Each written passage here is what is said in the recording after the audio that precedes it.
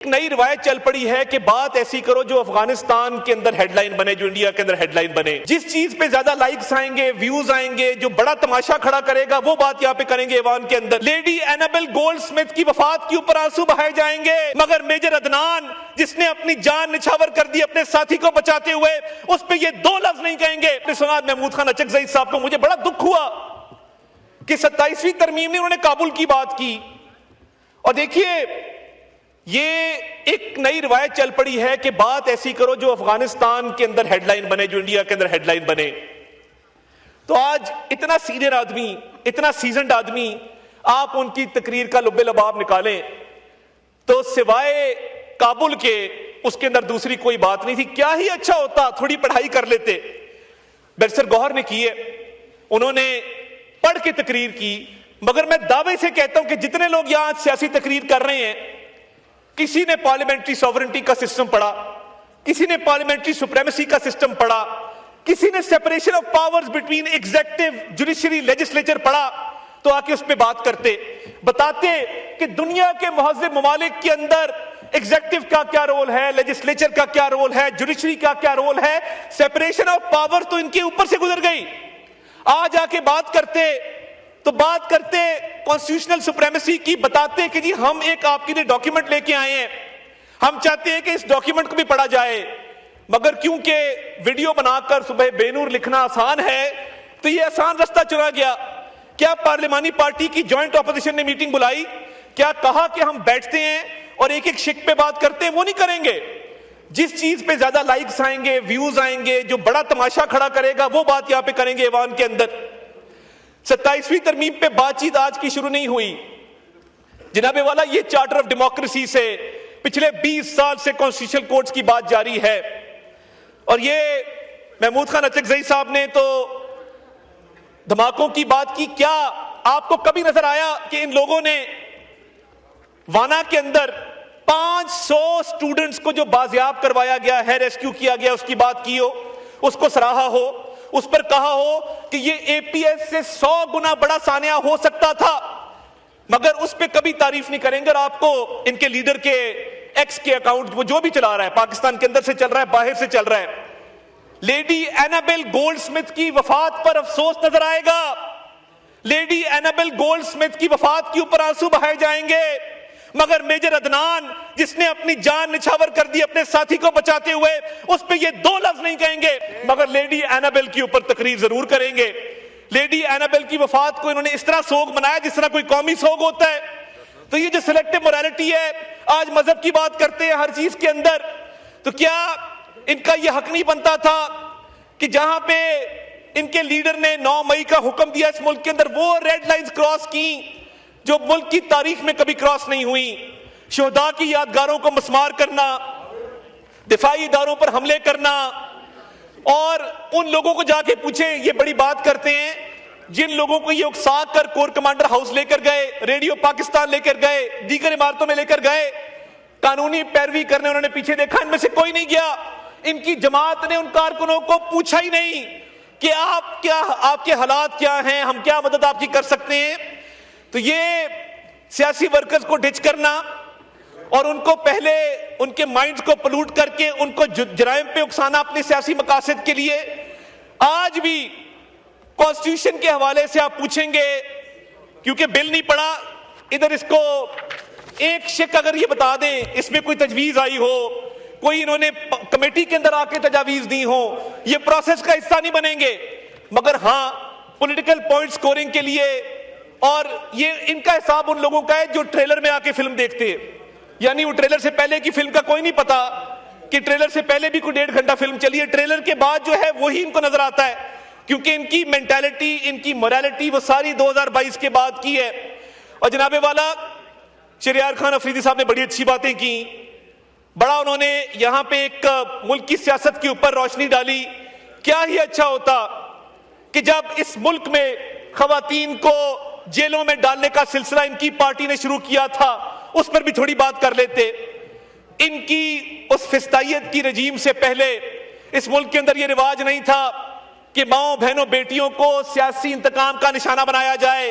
हमारे मुआशरे में माँ बहन बेटी की बड़ी इज्जत है, लोग बड़ी कदर की निगाह से देखते हैं, मगर इन लोगों ने ये रिवायत डाली कि सियासी इंतकाम में अंधे होकर उस वक्त हम इनको समझाते थे, इधर बैठ के समझाते थे कि ये वक्त का धारा है, ये एक सा नहीं रहता, जैसी करनी वैसी भरनी, मगर इनको ये बात समझ नहीं आती थी। आज भी ये उसी रविश के ऊपर हैं।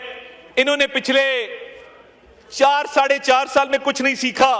अगर सीखा होता तो 27वीं तरमीम पर आकर बात करते, पॉलिटिकल प्रोसेस का हिस्सा बनते, पॉलिटिकल प्रोसेस पे कमेंट करते, मगर सियासी तकारीर जितनी मर्जी करवा लें उस पे इनको पूरी महारत हासिल है, मगर ये कभी बात नहीं करेंगे कि कॉन्स्टिट्यूशनल अमेंडमेंट क्या होती है, कॉन्स्टिट्यूशन की सुप्रीमेसी क्या होती है, पार्लियामेंट्री सॉवरेनिटी का क्या नोशन है, सेपरेशन ऑफ पावर्स कैसे होती है।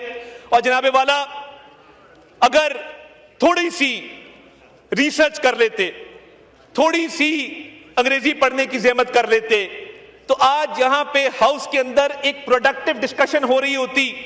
आज हाउस के अंदर एक मुकम्मल तौर पे इसके ऊपर पूरी दुनिया में एक मैसेज जा रहा होता कि जी पाकिस्तान की पार्लियामेंट ने बड़ी इसके ऊपर फ्रूटफुल डिबेट की है, लीगल नोशंस के ऊपर डिबेट की है, कॉन्स्टिट्यूशनल नॉर्म्स पे डिबेट की है, दुनिया की जो बेस्ट प्रैक्टिसेस है उस पे डिबेट की है। और जनाबे वाला, मैं बिल्कुल क्लियर कर दूं कि आर्टिकल 243 के हवाले से अल्हम्दुलिल्लाह पाकिस्तान की एक इज्जत बनी। मई की जंग के बाद हम दुनिया में जहां जाते हैं लोग पाकिस्तानियों को कदर की निगाह से देखते हैं।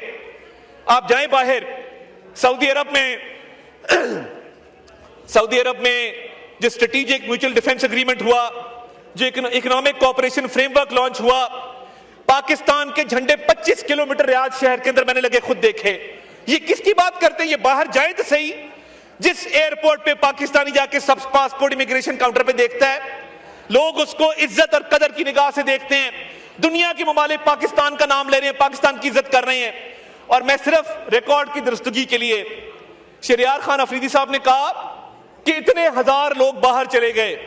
जनाबे वाला, सिर्फ इस अक्टूबर के महीने में पाकिस्तान को 3.4 अरब डॉलर की रेमिटेंसेज आई हैं, जो पिछले साल के मुकाबले में 11% ज्यादा है। तो ये इनको नजर नहीं आता कि जो बैरून मुल्क पाकिस्तानी है, इन्होंने कॉल्स दी। क्या इनके लीडर के कहने पे इन्होंने नहीं कहा कि पाकिस्तान रेमिटेंसेज मत भेजो? आप मवाजना कर लें कि रेमिटेंसेज रिकॉर्ड है इस वक्त। आपकी बॉयकॉट की कॉल्स के बावजूद आप बार बार कहते रहे मत भेजो मत भेजो मत भेजो, मगर मैं ओवरसीज पाकिस्तानी को सलाम पेश करता हूं, जितना आपने मना किया उतनी ज्यादा रेमिटेंसेज पाकिस्तान के अंदर आई है। आप मना करते रहे, वो रेमिटेंसेज भेजते रहे, आप मना करते रहे, वो रेमिटेंसेज भेजते रहे। आप कहते रहे कि सब पासपोर्ट की इज्जत नहीं होगी, मुल्क डिफॉल्ट कर जाएगा। आपकी तमाम तर ख्वाहिशात जो इस मुल्क के मफाद के खिलाफ थी, अल्लाह ताला ने उसको गलत साबित किया।